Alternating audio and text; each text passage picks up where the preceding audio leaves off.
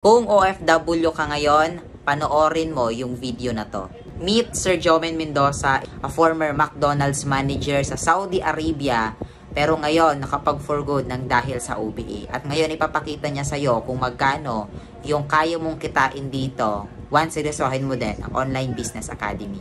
As you can see, November 21, 10:10 p.m. I-check natin itong income 271. Refresh natin. Ayan, check natin, no?